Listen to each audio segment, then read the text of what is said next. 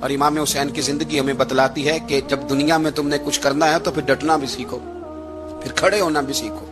یہ نہ دیکھو کہ حالات. امام حسین نے ایک دن بھی حکومت نہیں کی، یزید نے 4.5 سال کی، لیکن قیامت تک دلوں پہ حکومت امام حسین کی رہے گی. رمضان المبارک مہینوں میں سے وہ عظیم مہینہ ہے جس کا نام اللہ نے قرآن میں بیان فرمایا.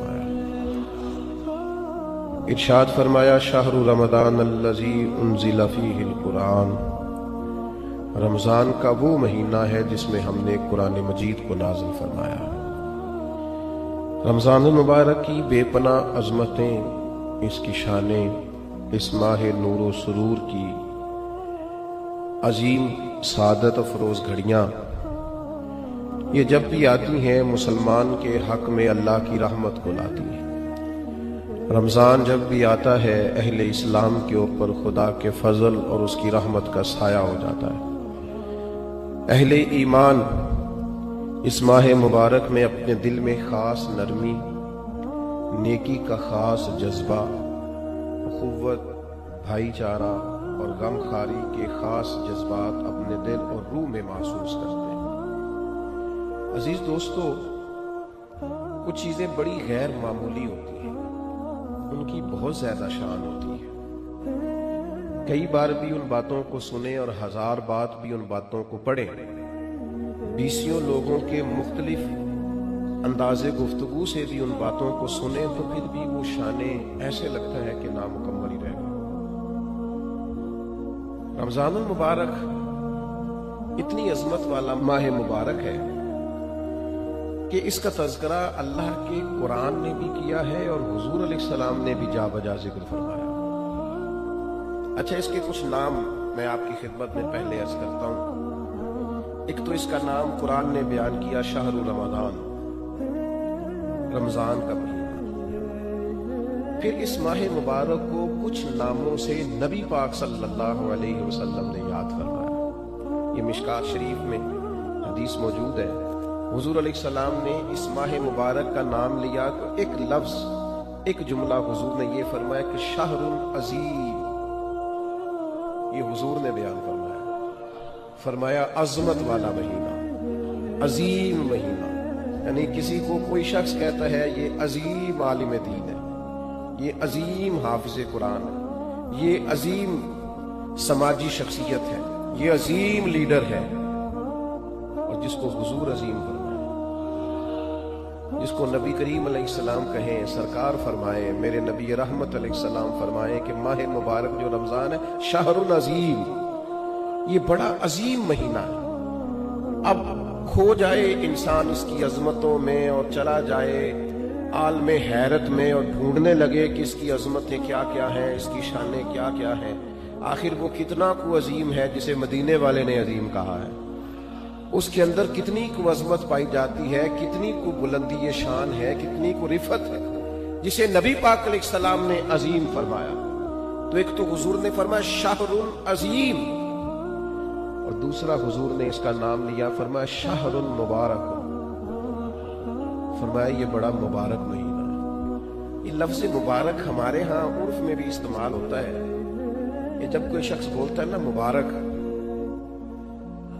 تو اس سے خوشخبریاں ذہن میں آتی ہیں، اس سے کامیابیاں ذہن میں آتی ہیں. جب کہا جاتا ہے آپ کو مبارک ہو، مبارکباد ہو، تو اس سے انسان کی حاشیہ خیال میں محسوس ہوتا ہے کہ کوئی عظیم انعام ملا ہے، کوئی عظیم رحمت عطا ہوئی ہے، کوئی منفرد سا حسین سا خوبصورت سا تحفہ ملا، کسی بہت بڑی کامیابی سے اللہ تعالیٰ نے ہمکنار فرمایا ہے. تو پھر کہتے ہیں مبارک ہو.